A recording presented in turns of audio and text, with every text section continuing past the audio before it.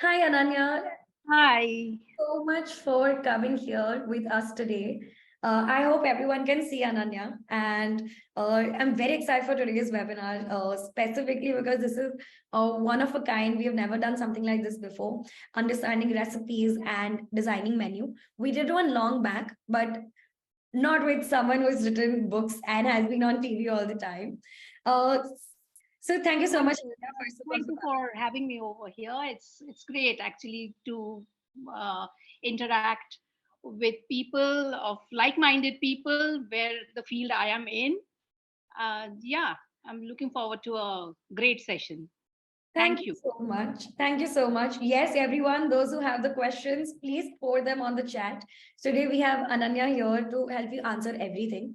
So, for everyone who is new to the webinar series, just to tell you the flow of the webinar, it's going to be Ananya is going to be taking up a couple of points and she's going to share her experience that she's learned throughout the years. She'll be telling that and talking about that for roughly 15-20 minutes. Then we'll be taking up the round for questions. Oh, we take all the questions, so don't worry about it, but we'll be answering them at the end. So, with that, I welcome all of you to today's webinar on key ingredients to understanding and creating the best selling menu for your restaurant. I'll be sharing my screen. I'll be taking 2 minutes of your time, and then the floor is going to be all with Ananya. I hope everyone can see it. Give me a thumbs up if you can see my screen.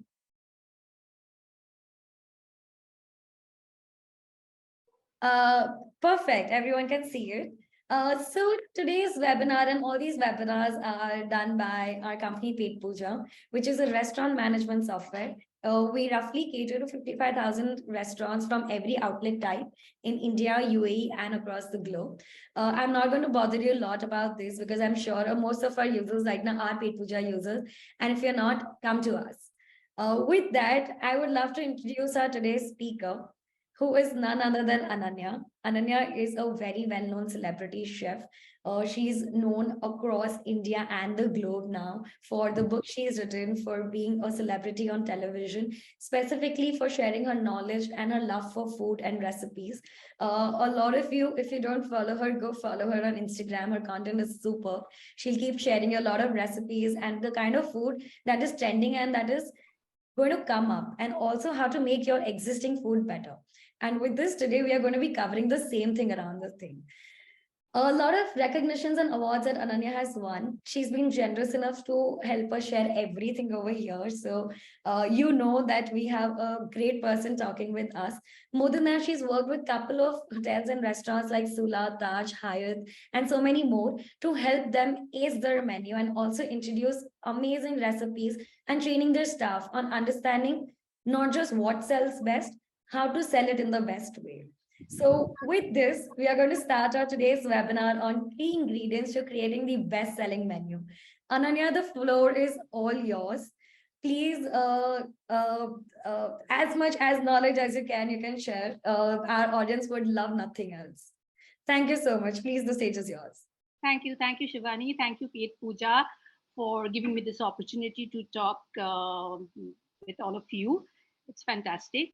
Yeah, without wasting much time we'll straight away go to the key ingredients to create the best-selling menu. As the PPT presentation is also here in front of you, so we will take up the points one by one and discuss a little bit on them. So the key ingredients to create a menu, a best-selling menu, I would say there are few points, which is to sum it up, it's authenticity, pricing, simplicity, seasonality, variety, and presentation. So let us take the points one by one and talk a little bit on it. See, when you come to the first point, authenticity, people when they come to your restaurant, they want an experience. So whether you're serving North Indian food or Bengali food or Eastern food of Assam or something, or South Indian food, whatever you're serving, it has to be authentic and it has to be unique. So little bit of uniqueness, and when you're giving a little bit of taste of the culture, taste of the region, that is a good experience for diners to go back home with. you know so that is keep that in mind. Then quickly let's get into pricing, because that's such an important factor. And we are a very, very price sensitive country, you may say. So everyone looks for value for money. So whether you are doing a fine dining experience, or you're having something from a roadside stall, or whatever, a little kiosk, value for money is something which your menu should reflect properly. It's like, if in your menu it should talk about the quantity, the quality, and the complexity of the preparation, the value should be on that. If you are understanding what I'm trying to say. Suppose some dishes are too complex to make, and you have to suitably price it. So then people will not feel too much of a pinch to pay for that, because they are getting that experience. But if you somehow make them understand that it is so complex, and the quality you're using or the quantity you're serving, it gives them a value, then your pricing is right. If that's what I would like to say. Then coming to the third point, simplicity. Simplicity. See, if your menu is very complicated, very difficult terms you've used, very culinary language you've used, which a chef will understand but a commoner won't, then people get little intimidated with those terms. So try to be simple as possible, so that people understand what they are getting. So reading the menu, going through it, it should not intimidate them. So just make it simple. I think that simplicity works. Okay. Then variety. Variety is another very important thing. The menu, if it can be more inclusive, like that means you're catering to many more people than just being confined to one type. So if you are offering, say, the according to dietary needs, if you're offering a gluten-free option, or people with gluten allergy, suppose you're offering low-fat options, low-calorie options, keto. Nowadays, that's the trending thing. So if you're offering a much more variety to cater to a much more number of people, that helps. That kind of gets you more people to try it out. So basically, you're giving much more variety than just restricting yourself to a particular type or streamlining it. And then the final one is presentation. See, we all know that we eat with our eyes. So your menu, get very good photographs clicked, so that and people should understand that what you're offering, how it's going to the plate is going to look like when they get it, when the order comes to their table. So get beautiful pictures, so that they are tempted to order that and try it out. And that creates an appetite, just looking at the things. And mention it properly. Mention in the menu what are the ingredients that has gone into it, what are the sides, what are the salads coming in. So basically talk about it, and with one glance people should understand, okay, this is how my plate is going to look like. So they look forward to having that meal. Yeah. So these are the few key ingredients that can get you going with your best selling menu. Yeah.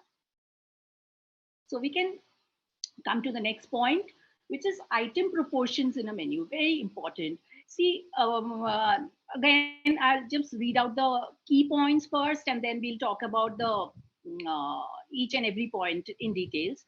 So composition of the dish, size of portions, pricing, dietary restrictions, and nutritional value. So these points are also very similar to the key ingredients which I already spoke about, but nevertheless we'll come to this because it's the proportion we are talking about here. Suppose composition of the dish, if you're doing a meat dish, it should definitely have some vegetables as the side. It should basically have some carbohydrates to fulfill your satisfaction. So if you're giving protein, that you have to give carbs with it, have to give a salad with it, so it complements everything. So that's the composition of your dish. So whatever it is, it can't be just one thing and then you're over with it. No, your composition of that whole dish has to be very, very balanced. Yeah. Then size of portions, this is also a very important point. See, when you're serving something to someone, they should feel adequate. That means they should feel that okay, I'm not served very little, I have to order more. So that adequateness of feeling adequate is a very important factor. But again, having said that, it should not be so much that they waste. Wastage is a very big no no. So here you have to strike a balance when you are doing portions, that people should feel okay, I'm served good amount that will satiate me, but again, no wastage. So don't give so much food that things go into the garbage bin. It's absolutely a crime to do that. Please don't do that. Again, coming back to pricing, I'll repeat the same thing what I said before. Is value for money, value for money, value for money. This is the key thing. That should be with your customers. They should feel that. So if you can crack that, I think you are good to go with your best selling menu. So pricing should be right, and whenever you're pricing, it should reflect your why you have priced it. That reflection should be there. Suppose you're using a very expensive ingredient, so it should come through that okay, because of that ingredient you have priced it little higher than others. So it should be very transparent, clear, and people should feel the value. So that's it. Dietary restrictions, again, it always helps if you are doing an all inclusive menu. The menu is inclusive of many many things. It's just not a vegetarian menu. Maybe you're offering non-veg as well, maybe you're offering something to cater for jains, something to do with gluten free, something to do with protein rich, low carb, low calorie, all that. If you can offer, I think that helps.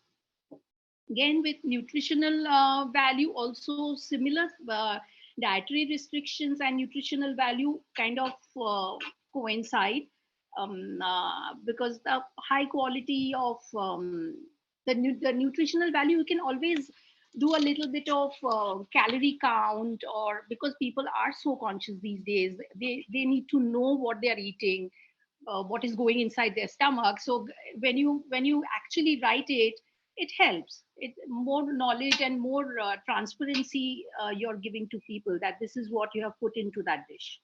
So it always helps that way. Yeah. So basically, these are the things of item proportions. Now, when to update your menu, very important, because if you must have done a beautiful menu and it's going for years and years and years, but their boredom is supposed to set in. I mean, it is very obvious that after a while, people who are your repeated customers, they will look for something else, something new. So to balance that, you need to update your menu, that I know kind of put you in a much better spot. So just to say that, see, change in season, be seasonal. I mean, if you are having the winter vegetables are very different from the summer vegetables. So plan your menu in such a way that winter months you're creating more of the winter vegetables than the summer ones. Similarly, the fresh seasonal things, whatever is growing, it will be much fresher in nature.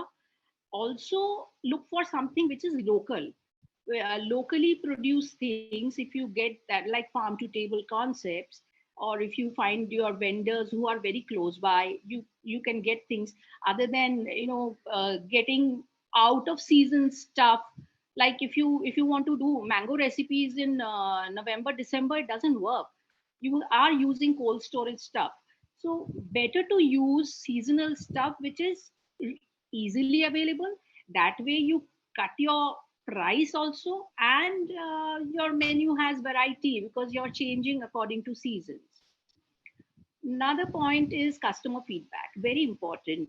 It's good to talk to your customers, ask them what they want, and keep a feedback, keep a log, keep a diary, and try to implement some, and have a system of informing them, okay, so we have changed our menu, we have listened to what you suggested, so come back to us and try it out. So I think that's a very nice way of building relations as well. Again, coming to ingredient availability, it's again the change in season and ingredient availability is pretty much the same. But yes, should it's better to work with regional and local stuff. That is the availability. If um, I would rather have something which is very locally produced and I can get hold of it, instead of using, say, lamb from Australia or quinoa from Peru and things like that.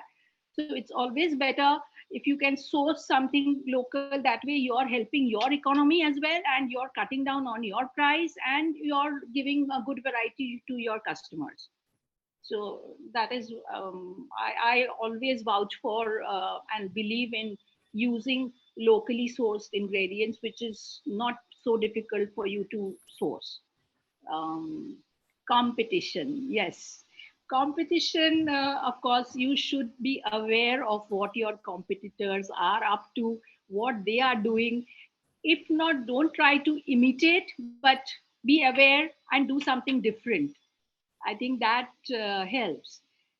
Instead of just copy pasting stuff, we get a little innovative, get a little different. But awareness of what people are doing outside, who are in your same zone, is very important to know what is happening around you. Yeah. Food trends. Food trends, yes. Uh, every time we come across food that's trending, and it's important to incorporate those, to be up to date, I would say. See, it's the year of the millet now, so include a lot of millets in your food. See, millet is one ingredient which is indigenous to our country for thousands of years. Wheat came much later, but millets were there always. So dive into a little bit of history and culture and see what is indigenous to our country, instead of following what others are doing. So it's better to, again, coming back, harping the same thing again and again. Our local ingredient, what is indigenous to our country, our heritage, our culture. So get your roots strong and believe in that, and try working on those things. So again, few trends like usage of a lot of seeds were in fashion, like chia and flax and all these healthy seeds. So incorporate those in your menu if possible. So put it on your bread, put it on your lavash, put it on your ingredients wherever you're using. Suppose you're serving soup, so along with that, your lavash can have a lot of seeds in it. So do create beautiful stuff with millets, I would say.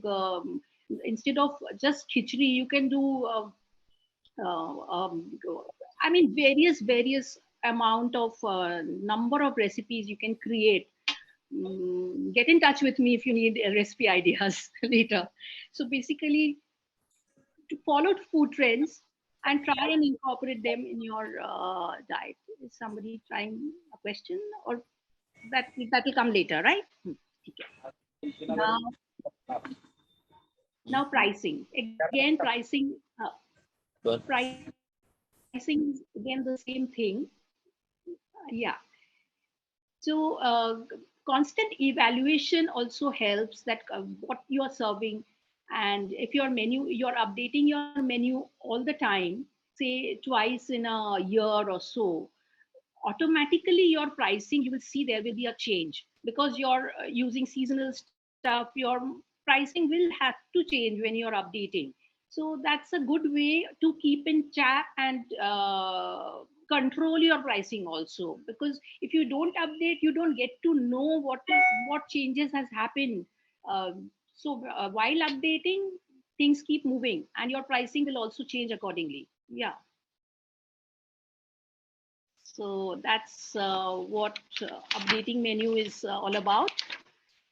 Then we are coming to right size and right item.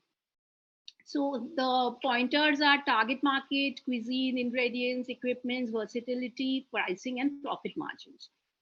See, the right size, right item is important because you have to know your target market. Who are you catering to? Are you in a commercial hub or a commercial district where your restaurant is, or are you in a mall where there's a lot of footfall happening, or are you in a vicinity where a lot of students frequent? So what's your target market? Are you a fine dining restaurant? Are you a little kiosk? So it all depends on who are you catering to.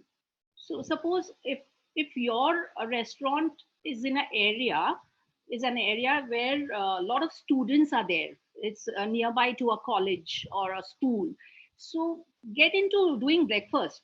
There's hardly any restaurants nowadays I find doing breakfast. So everyone does lunch and dinner. So get into that, so that you have much more people coming in, and you create a niche for yourself. Just a suggestion. So something, you have to see the your market and who are your customers. Suppose you're in a office, a commercial hub district.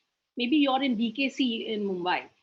So lot of people will come for lunch, all office goers. So your menu should be like something they can wrap up in a quick time, and something wholesome and some good variety. So it all depends on who you are catering to.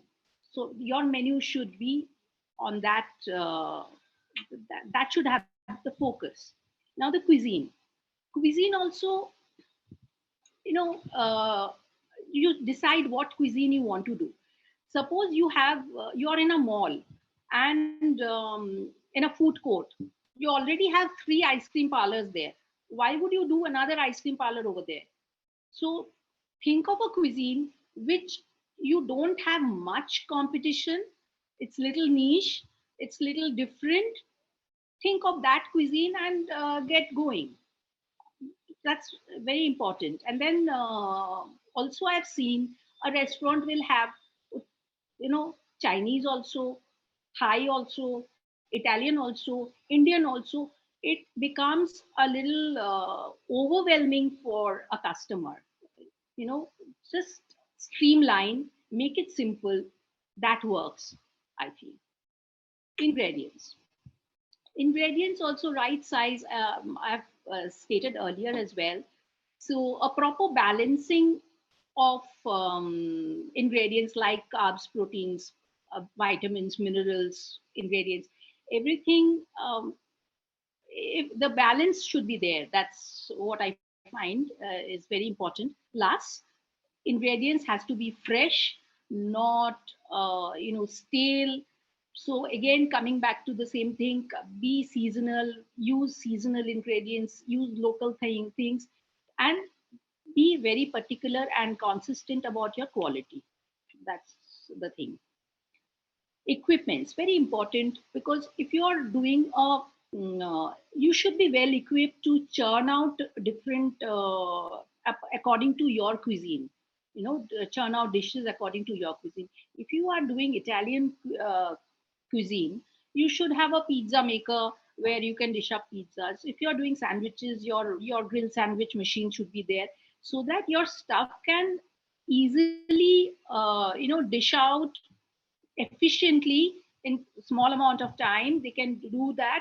You should be fully equipped. Your kitchen equipments are very important to dish out finally the dishes as you have planned.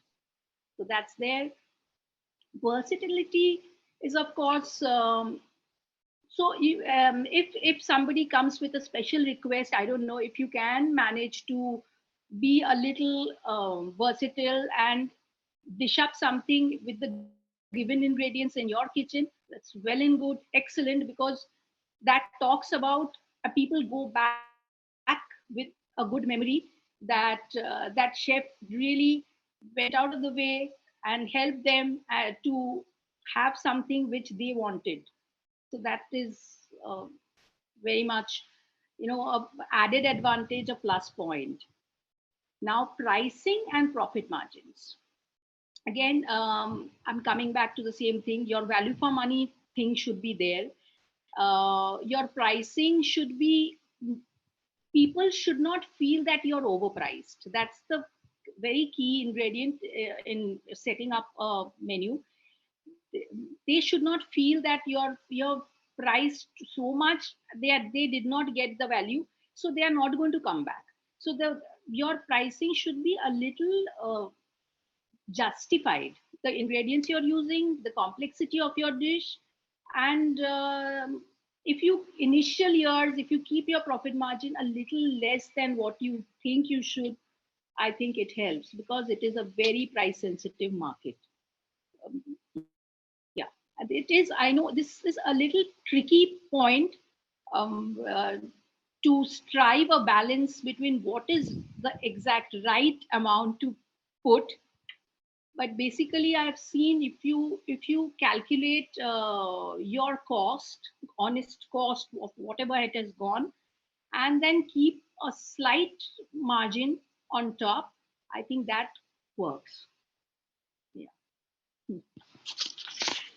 Now, before taking the questions, one point I would like to talk about, which is not there in this PPT, but it's very, very important, is, you know, um, train your stuff. Train your stuff to kind of upsell. So the thing is, basic things. You should train your stuff so that they know the basics. What ingredient has gone into that dish, how it is cooked, because they are the people who are interacting with your customers. Chef is inside the kitchen, not coming out and talking to people. So the staff, sometimes when you go to a restaurant, you think wherever you come, they have no clue of what is happening inside. They just get the dish. So that's not how it should be. Very, very important. Talk to your staff, give them proper training that what each dish has, make them try each dish, talk about the ingredients that has gone into it, uh, how complex it is, how it is made. They should have full knowledge of that. Then give them feedback when they do well, when they explain well. Give them feedback, encourage them, and I think focus on benefits. Suppose some dish you have made, it's very low in calorie or very less oil has been used. Your staff should go and convey that to the customer that this is a very special dish. Has got maybe so much calorie in it, and it's perfect for dieting. And so basically, your staff should know, your menu properly as well as your menu. Yeah. Now I'm open to questions if you guys have any. Ananya, I think I have personally learned a lot, at least understanding what a menu needs to have, how pricing is necessary, because more than that, we are also consumers at some place. Yes. And it makes such a big difference for me when a server just comes to me and talks to me about the dish. I'll be Yeah. like, oh yes, get me one of those. And then they start telling me, since you ordered this, why don't you try this? Because it pairs up Yeah. very well with it. Right. And I end up ordering way more than what I would have decided to spend that. Mm. And it generally happens because you want to. And I think everything around what you spoke about cuisine, pricing, how reasonable it needs to be. Because I get it when you go to fine dines, they are pricing something on a very particular level. But on Mm. daily life, if I want to go again, Yeah. nutritional value, a lot of Mm. dietary restrictions, and pricing would be my top three priorities there. Going there. Yeah. So Yeah. I hope everyone got to learn a lot of things over here. Of course, with this, we start with a question round, and the first questions always come from me. And please keep writing your questions because we are going to take up all these questions over here. A very interesting question around menu and cuisine. Someone asked Ananya around here very initially that they are planning to open a vegan restaurant. Mm. Now, a lot of people are getting into the trend where they are opening a very particular cuisine or a very particular Right. diet restriction or a preference restaurant. Right. Now, when they're opening something like this, uh, how do they sustain? Should they keep it entirely vegan menu? Should they keep it a mix where they also offer a particular item or they have a specialty in vegan menu? Because since they were saying that the cafe outlet is designed for youngsters, a lot Mm. of young people coming in there. What would you suggest? Yeah, see, veganism is such a popular thing. If you travel to the US, I think the vegan options are maximum there. But coming back home, I feel yes, you can have a niche restaurant. But as I was speaking to you earlier, also, it helps to be inclusive as when you start something. Then, particularly, then you see if your vegan part picks up a way forward, then you can just do a vegan restaurant later. But when you're starting something, it's good to be inclusive of everything, but you can have a very strong menu with vegan things in it, where people can have a very good option of having vegan food. But just having a vegan food means, if you have really done a good market survey, you know the your target audience very well, you know a lot of people are going to come back for that, then might as well go ahead. Otherwise, it's better to include a bit of everything and then start having a very good vegan menu with you. Makes absolute sense. I mean, of course, in India, it's still picking up. In Hmm. Delhi, Bombay, Bangalore, there are a lot of places Yeah. which are purely vegan. Yeah. From vegan, they mean the furniture is vegan, the drinks are True. vegan, what they sell is vegan. Absolutely. But I still see that the trend is picking up over there, even in such metro cities. And Right. probably there were only 10 people, including four of us, a party of four, in that Yeah. entire restaurant. It was quite new. So we also suggested them that we wish we had more options because two are vegan, Yes. two are not. Yeah, suppose you're going with a friend and it's a group of friends, amongst which two are vegan. The rest may not like to have vegan food. So, what do you do? So, if you have a good vegan option and a normal menu as well, so that caters to all. And so, if you are just sticking to vegan, then that means you're losing out on the other people. You're True, losing so out true. business. Yeah. Right. So one of them I've also asked questions. So Aditi, sorry to cut you out there. Aditi, to answer your question where you can hire people. In our previous webinar, Parth and the entire team had also sent an entire list of online portals where you can buy and offline people that you can contact and connect with to get the best kind of staff and chefs. With that, it brings me to the next question over here. One person has a very interesting question that a lot of people wanted to have answer for. When someone opens a restaurant, now they start hiring people. Do you decide the menu pre-hand? Do you decide the menu after you hire a chef? Like, what is the jazz around it? What is the flow? Because everyone's so confused. So I feel there should be a concept first.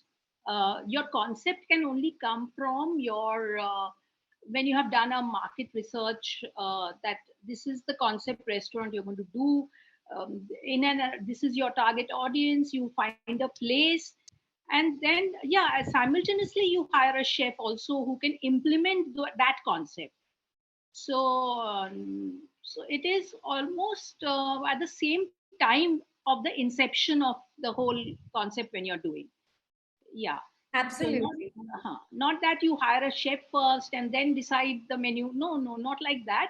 I think it should be all done together like a wholesome concept. Yeah. Makes sense because maybe you have decided a menu, but the chef is not able to make. You're not getting the right chef for it. Probably a certain chef is coming with a certain specialty. So it's like what came first, the chicken or the egg? It's Hmm. just all the way. It's always that. I'm sorry, you will not be able to unmute yourself, but you can write your questions in the chat. Another question they had was how to, so this is around the chef again, because they designed the menu. If you have a very high-end chef, since you have worked with so many chefs yourself, how do you convince a chef that the taste is not to the mark of a customer? How do you convince them that, hey, this is the popular item and we need to make more of these? How do you usually do that, talk? So, very tricky one. I mean, without offending anyone, I feel we can do a little survey. If it's the restaurant is in a mall, kind of, you just do free sampling of your food and take a vote of what is working more and what people are asking more, or what are people's favorite. That's a good way to find out the right taste and things which might move, and that will not offend the chef because it's not anything personal, it's the general opinion of people.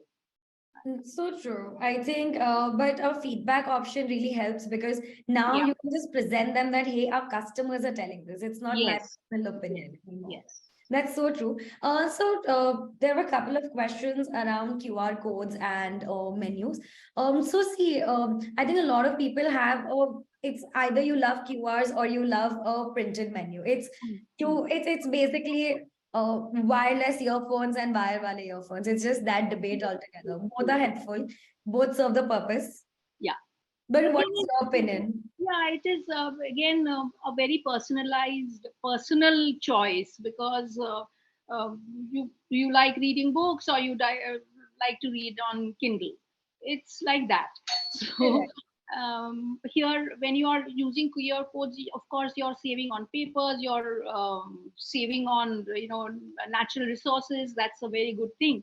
But some people are very old fashioned. When they walk into a restaurant, they like to hold a menu and study.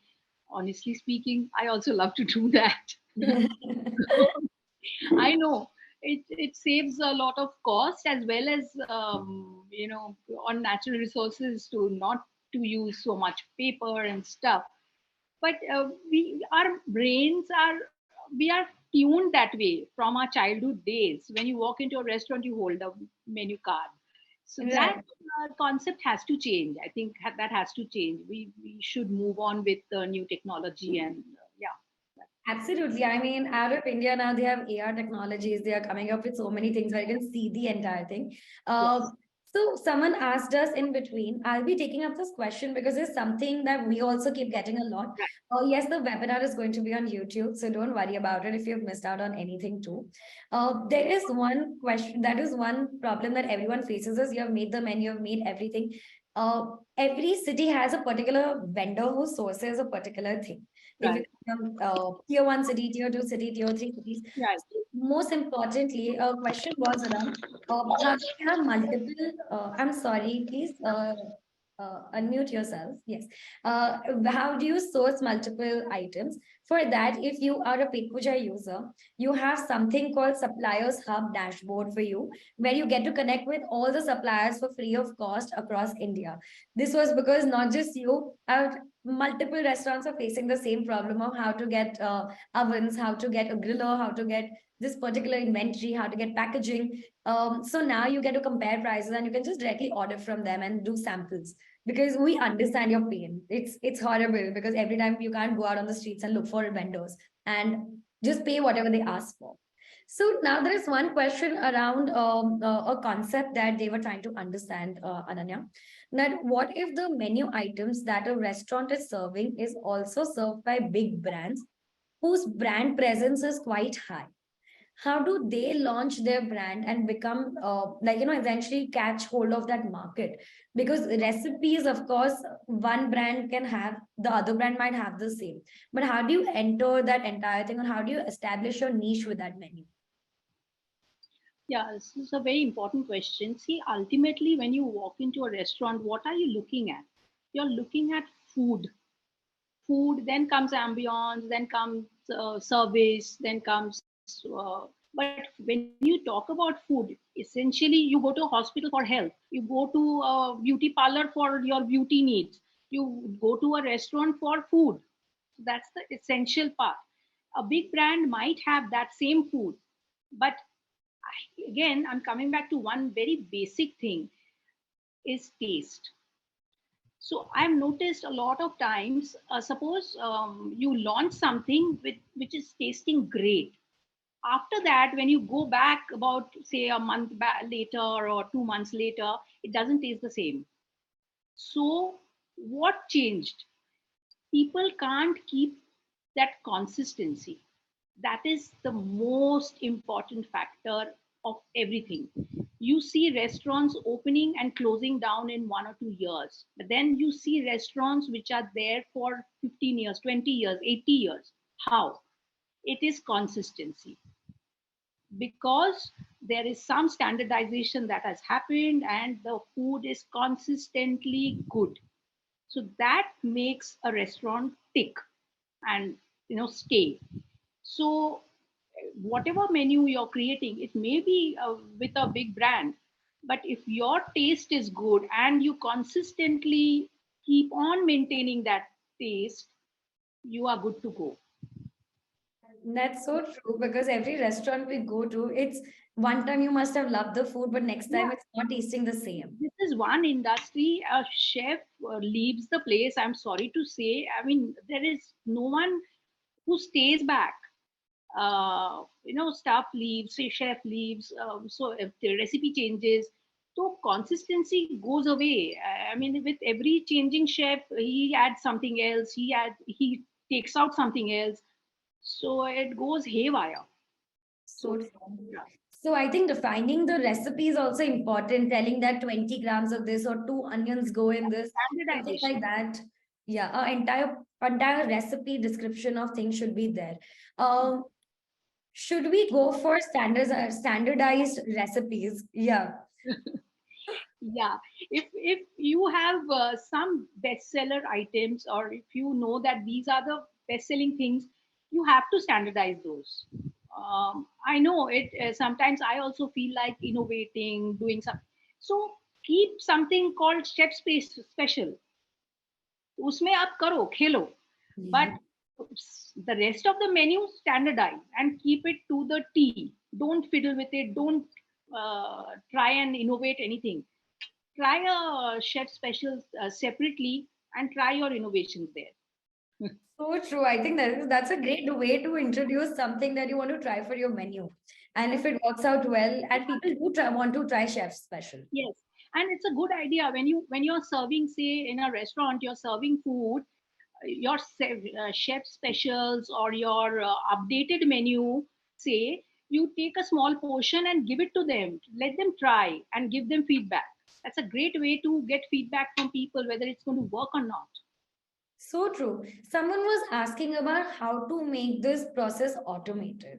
They were asking essentially about everything around food tech. So the question was, please help us how food tech can ensure consistency and of taste and essentially consistency of the entire process.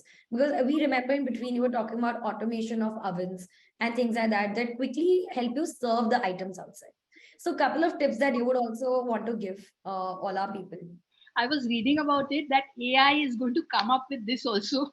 So they will replace all chefs and you'll get all automated stuff.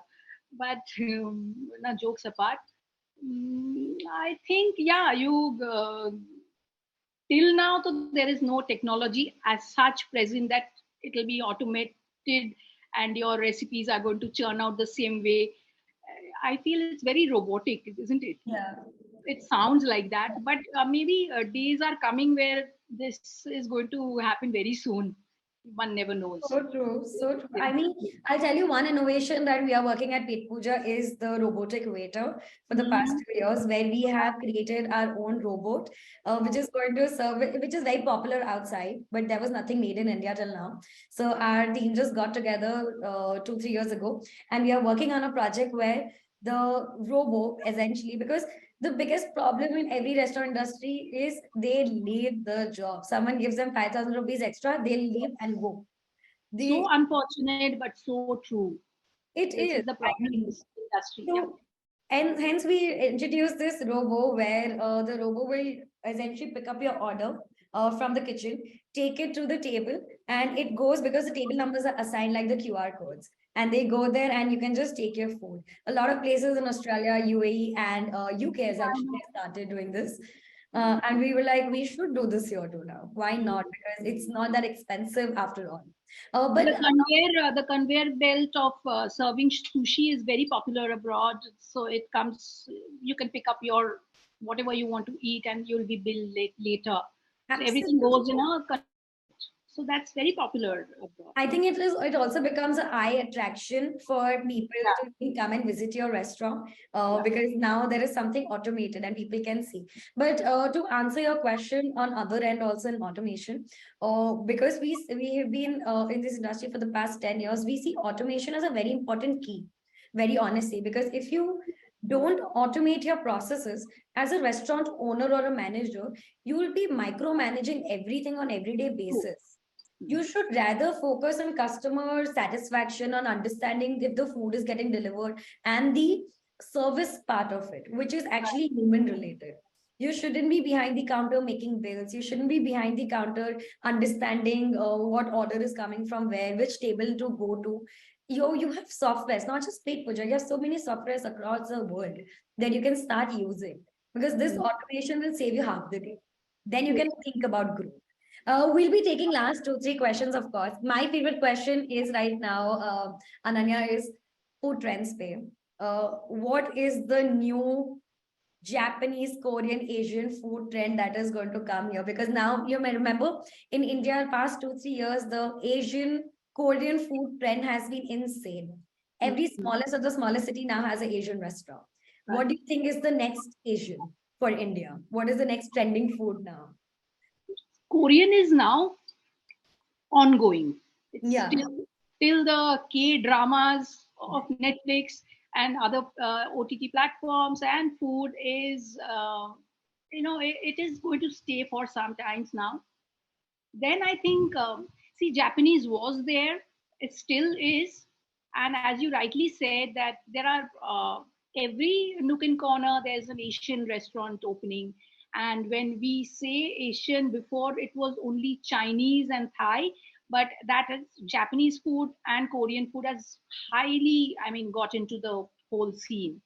Also, I feel Vietnamese also is a very potential, very fresh tasting food that's going to be here for some time.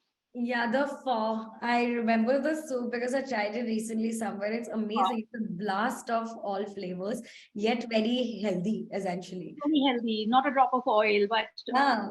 amazing flavor. I Yeah. think one menu that is going to run a lot along with this is going to be healthy, because Mm. your young generation is so conscious about what they Yeah. eat. Mm. It's becoming that much. So everyone, we have last one question or two questions, and if you are left with those, we are sending a link where you can just directly get in touch with Ananya too about recipes, understanding things. You should follow her on Instagram because she keeps talking about these things quite regularly, around everything around recipes, that what should be there, the new trending items, how can you make certain things. So one thing, Ananya, I wanted to ask was, what is the ideal menu size of a restaurant? For example, number of items, appetizers should be 5 or 10, dessert should be 2 or 10. Like, what is that entire proportion size? Because we go to certain restaurants, you get probably the biggest menu ever, but then the desserts over there probably will be like three. And then you're just like, oh, this doesn't compensate to the entire food that you're serving us. What do you recommend on See, general I scale? already spoke about this thing earlier in my talk, that it when too many things are there, it overwhelms and confuses a customer. So Chinese bhi hai, Mughlai bhi hai, Tandoori bhi hai. You get confused. What kind of menu is this? It's too vast. I think you select your cuisine. You select your cuisine. you select whatever the key pointers what I spoke about. You select your cuisine and then go by keeping not too less also, because too less means again people will think your offerings are not adequate. So keep a substantial good amount of starters, then main course and dessert, but don't go too much on serving different items to confuse people. That's what. There is one question, interesting question that Tarun has been sending. Of course, it's going to be a last question for now. Yeah. And before everyone leaves, please make sure you also fill in the form to help us understand what can be the next topic. And if you want to get in touch with either one of us. So nutritional values are not 100% accurate, which is actually true because nobody can actually tell you exact nutritional value. Is there any sort of norm that claims that nutritional count mentioned should be 100% accurate? Because you design so many dishes, you have to mention it, especially for Hayat or Tajas. Uh, if if any order from us by if any order anyone orders from us by reading the nutritional value, if he or she thinks that nutritional values are not 100% accurate, can customers sue us or put a bad review, or essentially any legal actions can be taken on nutrition values? See, that's a tricky part, because if you're writing it down, if you're just mentioning it is low calorie, it's okay. But if you're writing it down, protein is so much and carbs is so much, and then there might be or you can write a line saying that it's not the exact value, it's approximate value. If you write that, I think then you're safe. Very Uh, true. Very true. Because Tarun, even on Zomato, Swiggy, like you were saying, they have made it compulsory right now that you have to put the nutritional value. But you can't always put a nutritional value in the exact form, right? Like she's saying that it's the approximate value. yes. And And that you is state how, that. You yeah, state that, that in writing that it's yeah, approximate value, so I think it should suffice. And absolutely. just to tell you that my Instagram handle is Chef Ananya Banerjee on Instagram, and YouTube is Ananya Banerjee Chef. So I've you, actually shared it already. Again, I'll share it. yeah, So people can directly go follow it. So yes, you can put disclaimers if it's a printed menu. On Zomato, they also know that it's not the exact value, but it's yeah, the approximate one. Because essentially they manage more than 1 lakh brands and they know not every brand can put it through. yeah. We're also working with something around that so that everyone can be helped that a French fries of 50 grams or 100 grams Hmm. is that much Will give nutrition. me so much calories. Yes, Correct, correct. always it works on approximate values. Yeah. Correct, correct. So, everyone, of course, we couldn't answer a lot of questions, but don't worry, you can just fill the form directly because we can answer all the things. You can follow Ananya for the same thing. And with that, we'll be ending today's webinar. For all the questions regarding starting a restaurant, franchisees, and things, we have a foodpreneur group where you can directly come there. Every month, we have a session on one of these topics. Our last session was, in fact, on franchisees and growing your restaurant.